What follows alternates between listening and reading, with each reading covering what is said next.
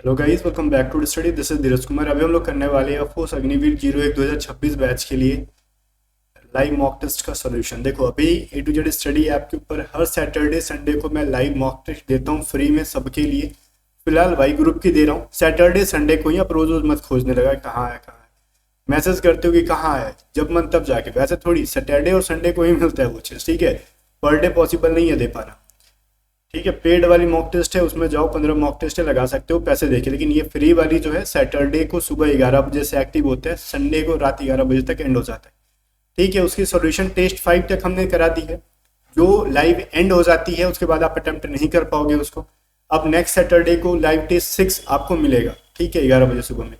Raga and English का solution मैं करा देता हूँ, बट आगे पढ़ने से पहले मैं कुछ इंपॉर्टेंट बात बता दूँ। जो भी बच्चा वाई ग्रुप की कंप्लीट प्रिपरेशन करना चाहता है ना, वो ए टू जेड स्टडी आप पे कर सकता है। बेस्ट बैच है स्पेस वॉरियर 2.0। इसके अंदर हमने ऑलमोस्ट 90% जो चीजें हैं ना आपके एग्जाम के लिए प्रोवाइड कर दी है, ताकि आप कम टाइम के अंदर जो है बहुत अच्छे से प्रिपरेशन करके रिवीजन कर लो, ठीक है। लाइव क्लासेस चलाने के चक्कर में हम बैच को अधूरा नहीं छोड़ते हैं, हम रिकॉर्डेड क्लासेस प्रोवाइड करते हैं ताकि कम टाइम के अंदर ना ऑलमोस्ट चीज़ों को हम प्रोवाइड कर दें और आप रिवीजन कर सको। इस बैच में जुड़ने के बाद आपको बुक्स की जरूरत ना के बराबर पड़ेगी, ठीक है, क्योंकि हम इतना क्वेश्चंस प्रोवाइड करा देते हैं कि आपके एग्जाम के लिए वो सफिशियंट रहता है भाई।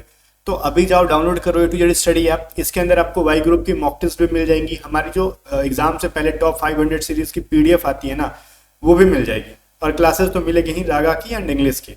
रागा के अंदर जो जो सब्जेक्ट आता है वो हर चीज़ की क्लासेस मिलेंगी, इंग्लिश की भी हर चीज़ की क्लासेस मिलेंगी। बैच के बारे में ज़्यादा अगर जानने की इच्छा है तो व्हाट्सअप करके हमारे टीम मेंबर से पूछ सकते हो 7279047787, या फिर आप खुद भी ए टू जेड स्टडी ऐप का लिंक डिस्क्रिप्शन में डाउनलोड करके ज्वाइन कर सकते हो, जिसकी प्राइस 633 रुपये है। कोई बच्चा सिर्फ इंग्लिश पढ़ना चाहता है एक्स ग्रुप का या फिर वाई ग्रुप का, तो इंग्लिश के भी बैचेज हैं 267 रुपये में, सिर्फ और इंग्लिश के लिए अलग से है और रागा एंड इंग्लिश की वो अलग से है। पहला क्वेश्चन पैसेज था, वीडियो को रोके एक बार पैसेज को आप रीड आउट कर लो, रीड कर लो इसको। हम क्वेश्चन की तरफ बढ़ते हैं। क्वेश्चन क्या है? Before the second world war the British, ठीक है, सेकेंड वर्ल्ड वॉर के पहले ब्रिटिशर्स ने क्या किया है। आप पूरा पैसेज पढ़े होगे इसके अंदर। ये देखो एक्चुअली ना लाइव टेस्ट का सॉल्यूशन है, तो ऑलमोस्ट बच्चे पैसेज पढ़ के ही आते हैं, मैं जहां तक एज्यूम कर पा रहा हूँ, क्योंकि टेस्ट आपने दे रखा है वही एक्टिव है इसके अंदर।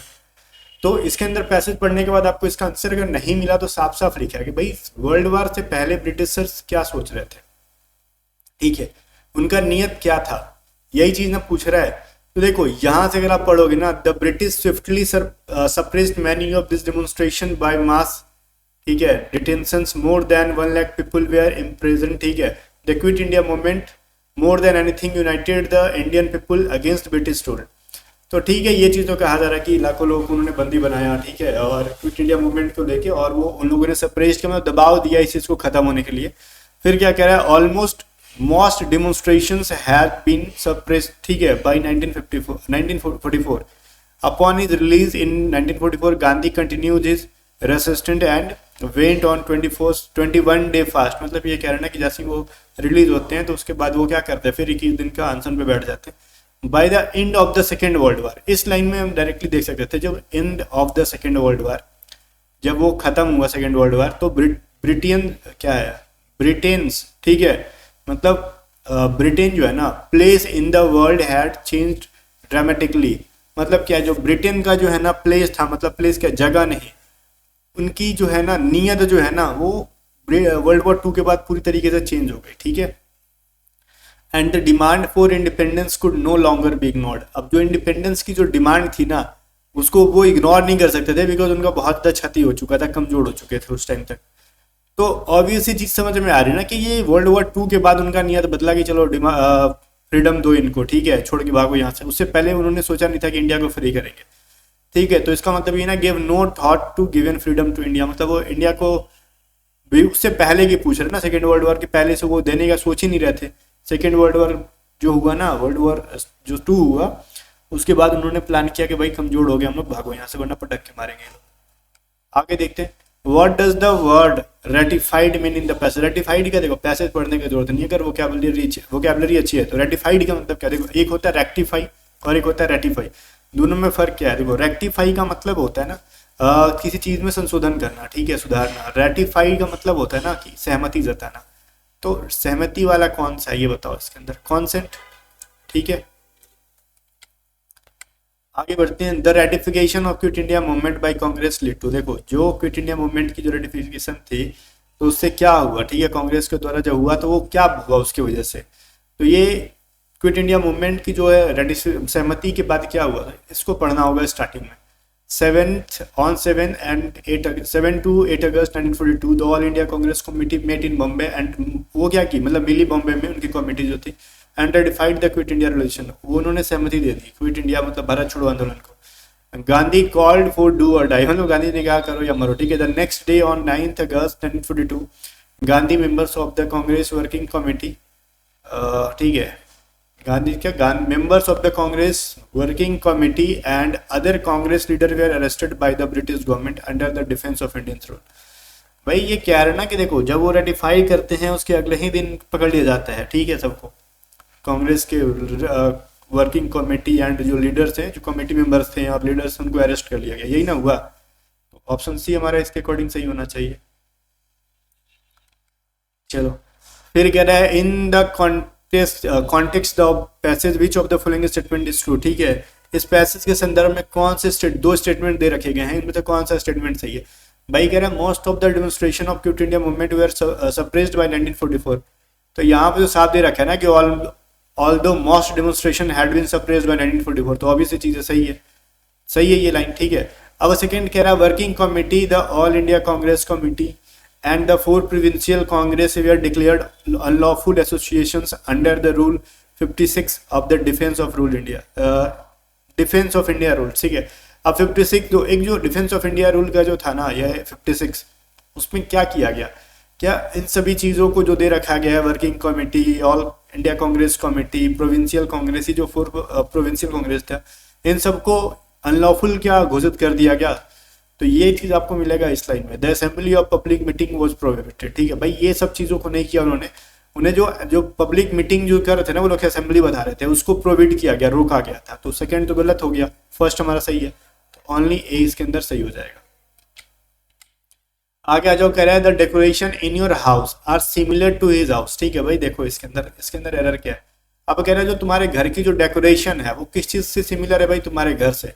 ये पॉसिबल है, मैं कहूँ तुम्हारी जो नाक है ना मेरी जैसी है, तो मेरी जैसी क्या है, मतलब मेरी जैसी मैं बोलूँ तो क्या है, क्या मेरे जैसे मेरे पूरे कान की तरह है, आँख की तरह, तुम्हारी नाक तो नहीं हो सकती, मतलब मेरी नाक की तरह है, ठीक है। तो जब भी कोई पार्टिकुलर चीज मतलब कोई स्पेसिफिक चीज की किसी स्पेसिफिक चीज की अगर हम ध्यान सुनना, किसी एक स्पेसिफिक चीज की किसी एक उसकी भी कोई पार्टिकुलर चीज हम निकाल के किसी और चीज के किसी और पार्ट से हम कंपेयर कर रहे हैं तो हम डायरेक्टली नहीं कर सकते। वहां पे टू हिज हाउस का मतलब क्या है कि उसके डेकोरेशंस की तुलना आप उसके घर से कर रहे हो, नहीं उसके घर के डेकोरेशन से कर रहे हो ना। एक पहले इंसान का घर का डेकोरेशन का तुलना दूसरे इंसान के घर के डेकोरेशन से आप करोगे, ना कि किसी के घर से कर दोगे। तो डेकोरेशन की तुलना डेकोरेशन से होगा, टू हिज हाउस नहीं, to date of his house, ठीक है, डेट ऑफ हिज हाउस ये करोगे आप।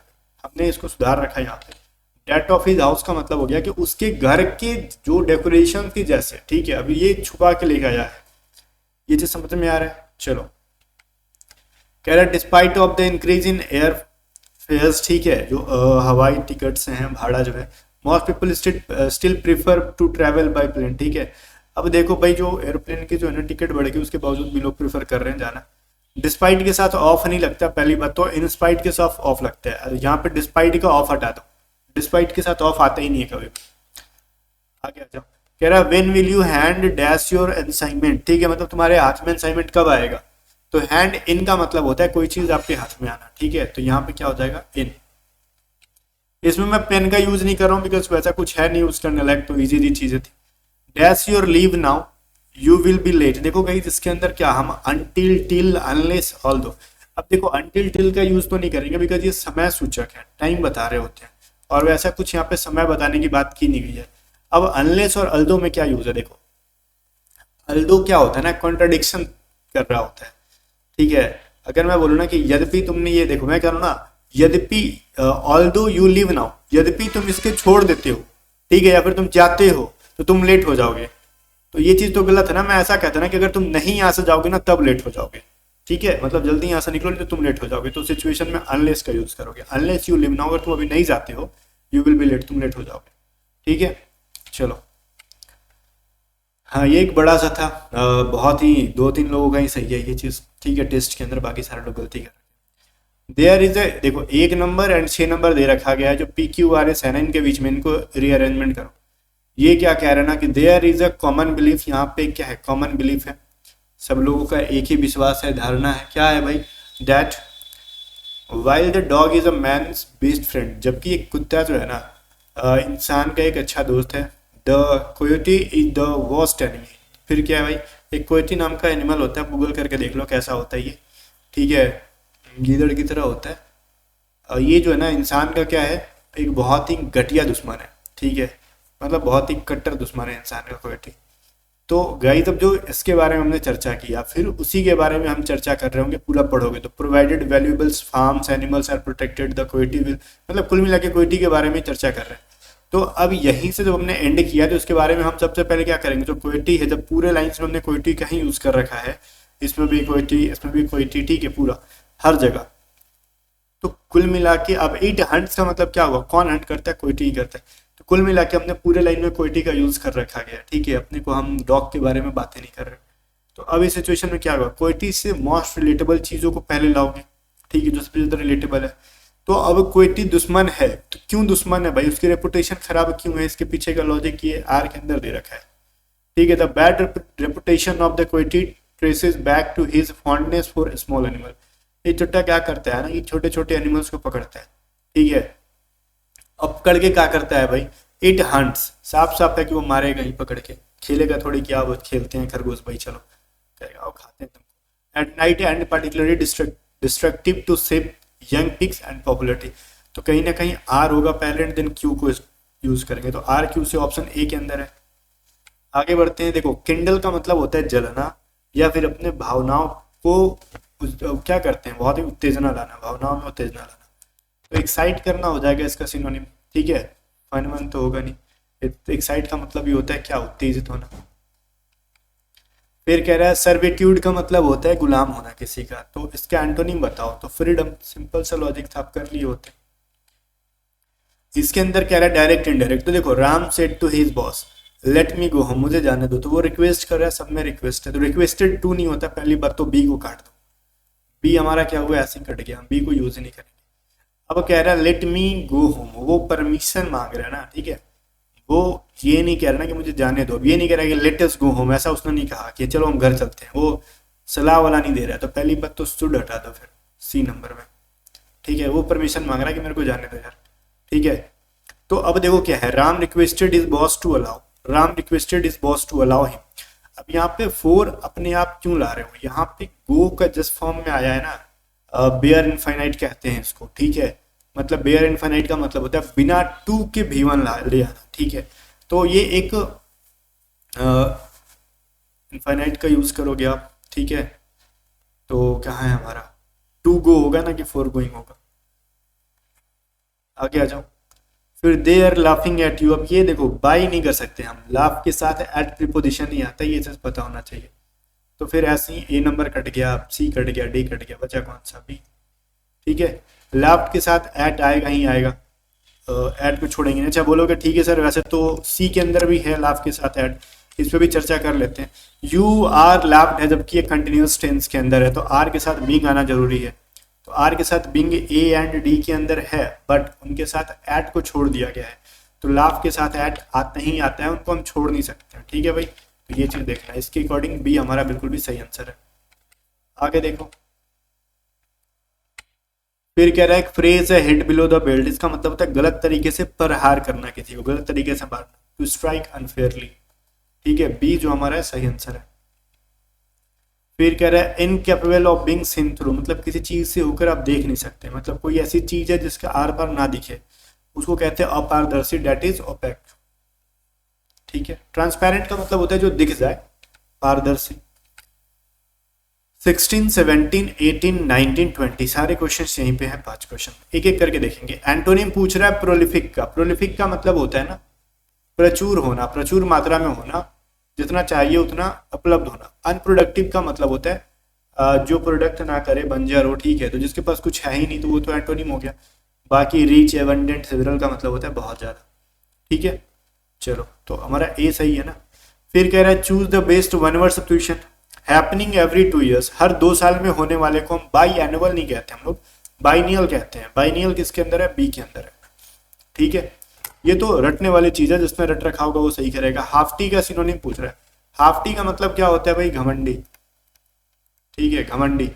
तो घमंडी के अर्थ में क्या होगा? हम्बल तो होगा नहीं, विनम्र होता है। टॉकेटिव बहुते बोलने वाला, क्विट शांत, क्वाइट शांत, एरोगेंट, घमंडी। कह रहे थे पुलिस जो है ना, पीपल नहीं, the police use tear gas to dash the crowd. अब टीयर गैस को भीड़ में क्यों डालते हैं? इकट्ठा करने के लिए लोगों तो नहीं करते हैं, लोगों को भगाने के लिए। तो भगाने के अर्थ में क्या होगा? डिस्पर्स होगा। डिस्टर्ब करने के लिए नहीं किया जाता है। लोग बैठ के बात करें तो पुलिस जाकर टीयर गैस डालते रहेगी, या वो तुमको हम डिस्टर्ब करेंगे, ऐसा नहीं करती। जब प्रोटेस्ट वगैरह में किया जाता है लोगों को भगाने के लिए, वहां से भीड़ खत्म करने के लिए, डिस्पर्स। आगे जो our company not only manufactures plastic containers but also steel containers. अब देखो यार, इसके अंदर ना एक चीज आपने देखा होगा, बोलोगे सर ठीक है नॉट ओनली के साथ बट ऑल्सो का यूज है तो इसके अंदर नो एरर कर दो, ऐसा नहीं होता है। सिर्फ नॉट ओनली बट ऑल्सो का यूज नहीं देखना आपको, इसके साथ कुछ और चीजों को भी देखना है। क्या देखना है कि नॉट ओनली के बाद क्या है? मैन्युफैक्चर, तो ये एक वर्ब है। ठीक है, अब यहाँ पे क्या बट ऑल्सो के बाद कोई वर्ब है नहीं, वहां पे स्टील कंटेनर्स कोई नाउन है। अब आगे कोई वर्ब है ही नहीं, तो इसका मतलब क्या है? नॉट ओनली के बाद भी मेरे को कोई नाउन चाहिए होगा, क्योंकि नाउन दो है यहाँ पे। मैन्युफैक्चर्स प्लास्टिक कंटेनर्स, ये भी नाउन है, plastic containers, and steel containers, ये भी नाउन है। तो देखना होगा कि अगर नॉट ओनली बट ऑल्सो के बाद दोनों सेम चीज होनी चाहिए। अगर एक के पहले नाउन है, दूसरे के पहले भी नाउन, दूसरे के बाद वर्ब है तो पहले के पहले भी वर्ब। दूसरे के बाद देखो क्यों कहेंगे कि नॉट ओनली को ही हम हटाएं यहाँ से, मैन्युफैक्चर को पहले लेके आएंगे, नॉट ओनली को उसके बाद लेके आएंगे। ऐसा क्यों? क्योंकि बट ऑल्सो के बाद जो है ना सिर्फ नाउन ही बचा है, आगे कोई वर्ब है ही नहीं। तो इसका मतलब नॉट ओनली के बाद भी एक नाउन आना चाहिए। तो मतलब मैन्युफैक्चर्स को पहले लेके आएंगे एंड नॉट ओनली उसके बाद आएगा। Our company manufactures not only plastic and containers but also steel containers. ठीक है, तो एक के अंदर एरर है। आगे बढ़ते हैं। संविधान, देखो भारतीय संविधान में मौलिक कर्तव्य कहाँ से लिया गया है? मौलिक कर्तव्य बहुत सारे लोग यूएसए आंसर कर रहे हैं भाई, रसिया से लिया गया। ठीक है, यूएसए से क्या लिया गया है? फंडामेंटल राइट्स लिया गया है, ड्यूटीज नहीं। ठीक है, राइट्स जो पूछेगा यूएसए से, ड्यूटीज पूछेगा रसिया से। अंशु मलिक किस गेम से है भाई? किस स्पोर्ट से है भाई? वो रेसलिंग से है, कुश्ती से है। रेड क्रॉस की स्थापना किसने की थी? तो हेनरी ड्यूरेंट ने की थी। पेसमेकर क्या काम करता है? तो आप सबको पता है ना कि वो हार्ट बीट को क्या करता है? शुरू करता है, मेंटेन रखता है। आगे बढ़ते हैं। एशिया जो है ना, क्रिकेट एशिया कप 2024 कहाँ पे आयोजन हुआ था? तो मस्कट के अंदर, जो कि ओमान के अंदर है। ठीक है, मस्कट ओमान कह सकते हो। हैरी पॉटर एक बुक है, उसको किसने लिखी थी? जो मूवी भी है वो एक बुक ही थी पहले, जो कि जेके रॉलिंग ने लिखी थी उसको।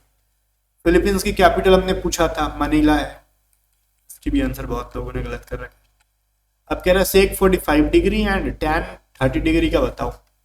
सेक 45 degree is equal to √2, tan 30 is equal to 1/√3। इनको ऐड करो, √2 + 1/√3। ये बट्टा में 1 छुपा रहता है, तो ये इनके साथ जाके मल्टीप्लाई होगा, √2 × √3 + 1/√3, डेट इज √6 + 1/√3। सिंपल सा लॉजिक था, ए हमारा सही है। ठीक है, बहुत सारे लोग को नहीं आता ये सब चीज, आसान आसान। आगे देखो, कह रहा है एक आयताकार कमरे की भुजाएं जो है ना, side of a rectangular room are in 2:3:4 and its total surface area, जो उसकी पूर्ण कुल सरफेस एरिया है, पृष्ठीय क्षेत्रफल जो है 208 सेंटीमीटर स्क्वायर है। Then what is the volume of that room? उस रूम की आयतन क्या हो जाएगी? भाई पहले तो टोटल सरफेस एरिया क्या होता है एक रूम का? एक बात बताओ मेरे को। 2 × LB + BH + HL। ठीक है, जिसकी वैल्यू मेरे को दे रखी है 208। तो मैं ये कह सकता हूँ ना कि हमारी L की वैल्यू है 2x, B की वैल्यू है 3x और H की वैल्यू है 4x। ये क्या हो जाएगा भाई? 2 × 2x + 3 LB ना, तो 2 × 3x प्लस क्या हो जाएगा 3x × 4x प्लस क्या हो जाएगा 4x × 2x। ये वैल्यू हो जाएगी 208 की, तो यहाँ से ये कट के 104 हो जाएगा। ये हो जाएगा 6x², ये हो जाएगा हमारा 12x², ये हमारा हो जाएगा 8x²। तो ये हो जाएगा 26x² = 104। तो ये कट जाएगा 4 बार में, x² = 4, तो x = क्या हो जाएगा? √4 = 2। तो हमारा लेंथ कितना हो गया भाई? 2 × 2 4, हमारी विड्थ हो गई 3 × 2 6, ये हो गई 4 × 2 8। तो पूछ रहा है वॉल्यूम बताओ, वॉल्यूम एल बी एच, यही ना, तो 4 6 8, 24 into 4 8 = 192 centimetre cube, volume cube में ही होती है, ऑप्शन ए हमारा सही है। चलो ठीक है भाई, इसमें कोई दिक्कत नहीं है। आगे बढ़ते हैं। 10th नंबर कह रहा है एक विद्यार्थी जो है ना 6 विषय में प्राप्त अंकों का औसत 88 है, ठीक है। क्रमागत जांच करने पर यह देखा गया कि एक विषय में उसके द्वारा जो प्राप्त है, क्या प्राप्त है भाई, अंक है, गलती से 68 के बजाय 86 किया गया, तो उसके द्वारा प्राप्त अंकों का सही औसत क्या है, ये चीज बताओ मेरे को। देखो 6 ऐसे कर सकते हैं ना कि 6 जो सब्जेक्ट्स थे उनके एवरेज 88 थी, तो टोटल कितना हो जाएगा 6 इंटू 88, डेट इज 512, यही ना। ठीक है, इसमें तो कह रहा है 68 के बजाय 86 कर दिया गया था, तो मतलब 86 को माइनस करो एंड 68 सही था उसको ऐड करो, स्टिल अपने पास 6 सब्जेक्ट्स रहेंगे, ये जो वैल्यू होगी हमारी सही हो जाएगी। तो 512 में से आप कितना कर लोगे भाई, 16 में से 8 ही 18 घटा लो, ठीक है।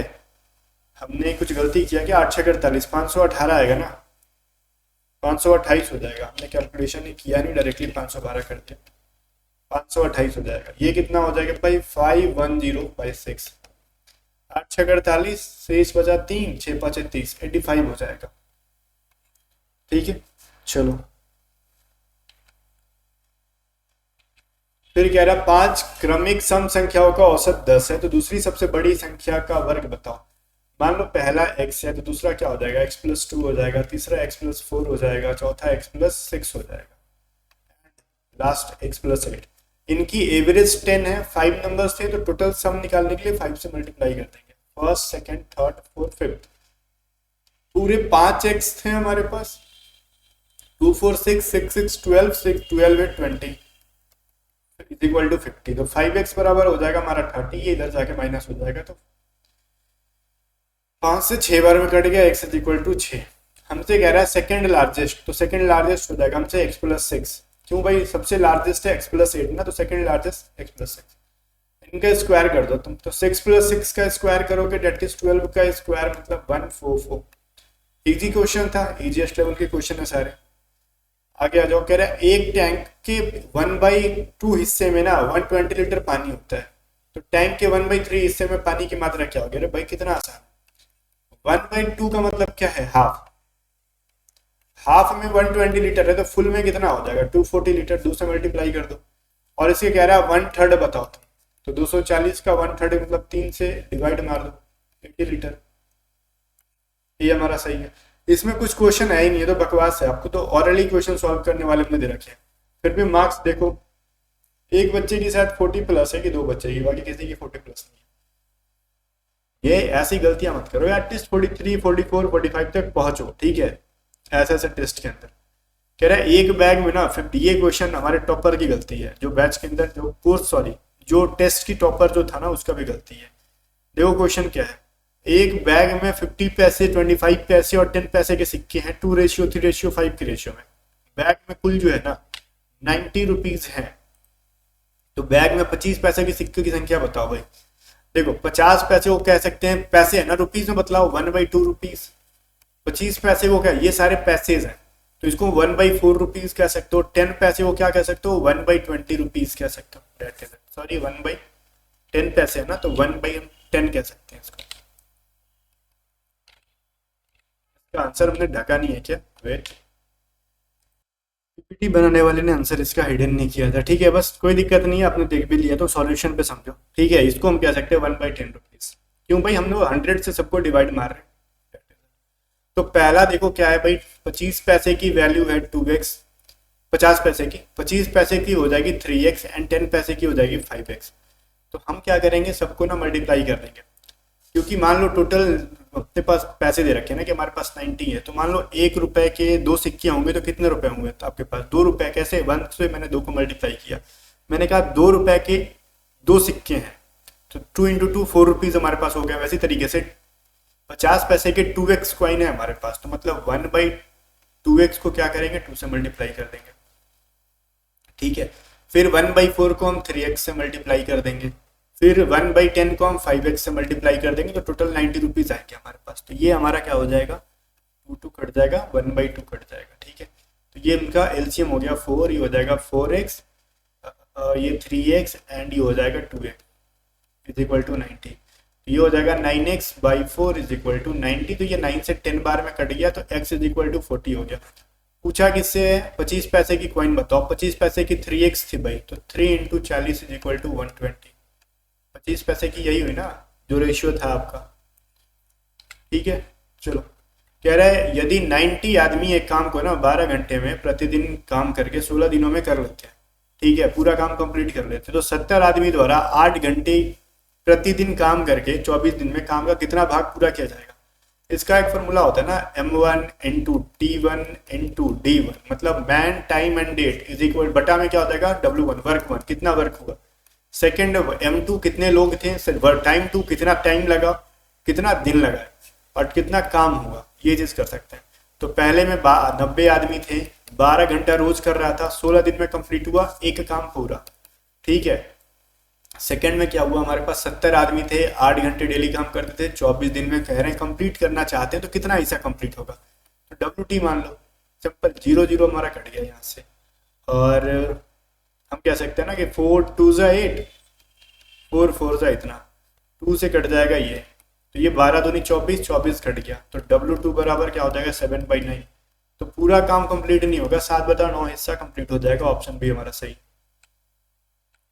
15 कह रहा देखो, एक बैग के अंदर ना व्हाइट कलर का 6 बॉल है, ब्लैक कलर का 7 बॉल है, तो इनमें से दो में से ना कोई एक गेंद निकालनी है, इनमें से 2 गेंद एक साथ निकालनी है, तो उनकी एक ही रंग होने की पॉसिबिलिटी क्या है, ठीक है। दोनों 2 बॉल निकाल रहे हैं ना, तो एक ही रंग होने का, देखो गाइस ये 2 चीजें हैं और एक ही कलर होने की प्रोबेबिलिटी हमेशा क्या होती है, छोटी वाली वैल्यू, तो 6।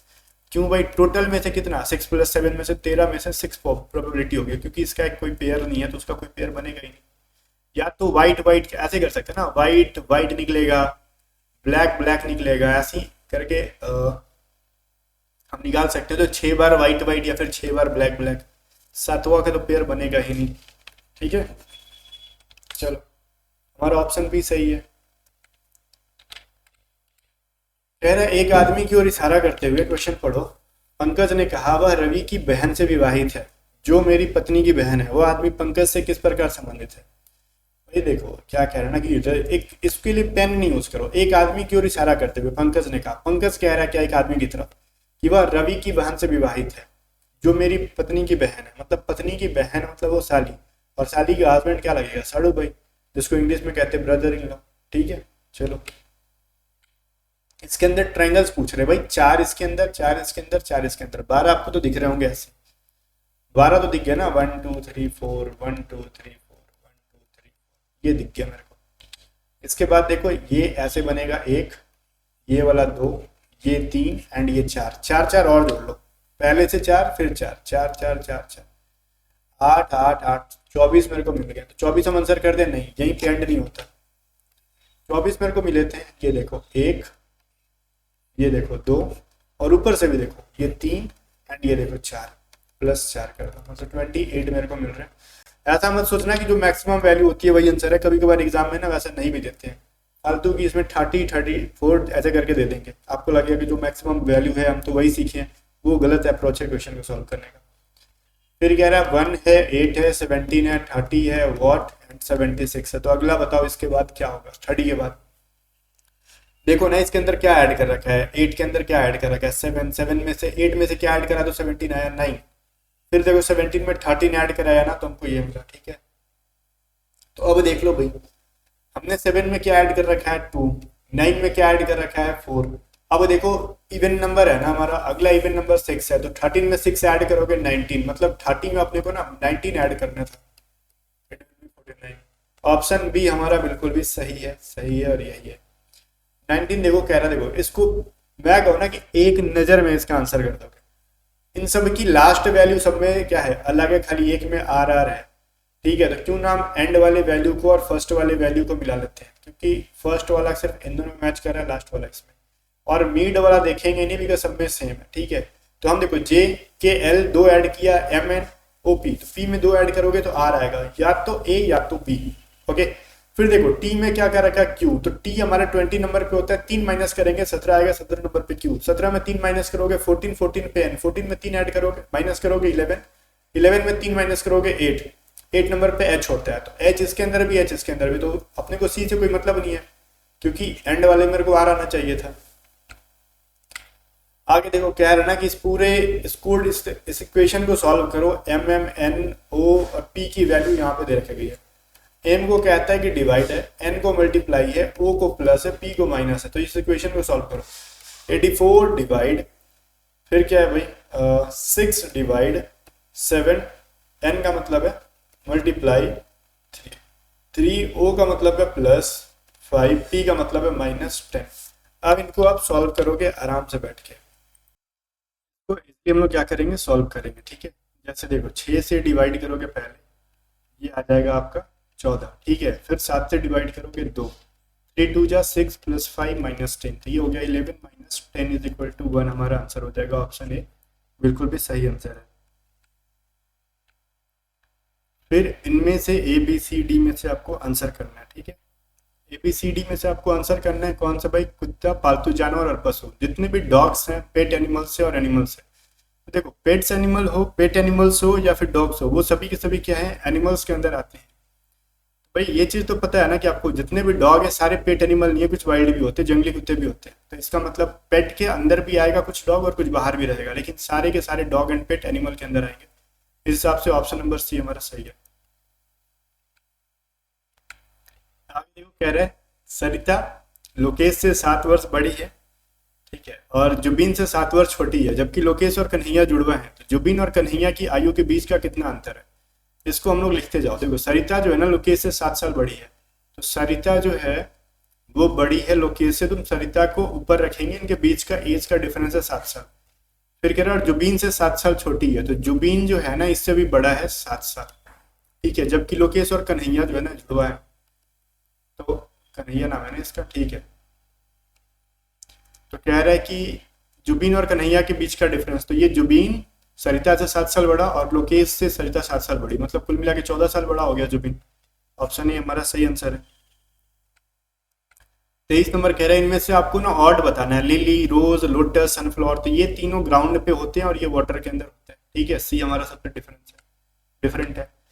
कह रहा है विनय पिंकी से लंबी है जो सविता से लंबी है, ठीक है, जो भी सवाल है इसको ना आप डायग्राम बनाते जाओ। विनय जो है ना पिंकी से लंबा है, तो विनय को ना पिंकी से लंबा बता दो, ठीक है, जो सविता से लंबी है, पिंकी जो है ना वो सविता से लंबी है।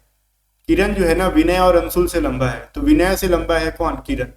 अब अंशुल का पता नहीं है अपने को, अंशुल पिंकी से छोटी है, ठीक है, लेकिन सविता से लंबी है, तो पिंकी और सविता के बीच में कौन आएगा, अंशुल, ठीक है। तो यदि सबसे लंबा व्यक्ति 156 है तो सबसे लंबा किरण है 156, और पिंकी की जो हाइट है 140 है, विनय की बताओ, तो ये कहीं ना कहीं 150 से छोटा होगा और 140 से ज्यादा होगा, ठीक है, जो कि वैल्यू अपने को 150 दे रहा है। ऑप्शन बी हमारा सही आंसर है, ठीक है। हम इस क्वेश्चन की तरफ चलते हैं। आज जो है सोमवार है, ठीक है, आखिरी बुधवार को तारीख 27 दिसंबर 1989 थी, तो आज की दिनांक क्या है भाई, देखो लास्ट में जो हमारा क्या था, वेडनेसडे था, उस दिन 27 दिसंबर 1989 था। वेडनेसडे के बाद आपका क्या आया, थर्सडे आया, फ्राइडे आया, सैटरडे आया, फिर संडे आया, अरे ना हमारा आज का दिन मंडे आ गया, तो फिर 28, 29, 30, 31 एंड 1 जनवरी है, दिसंबर के बाद जनवरी होगा ना, तो 1 जनवरी 1990 हो गया। चलो यही तो लॉजिक लगाना था इसमें।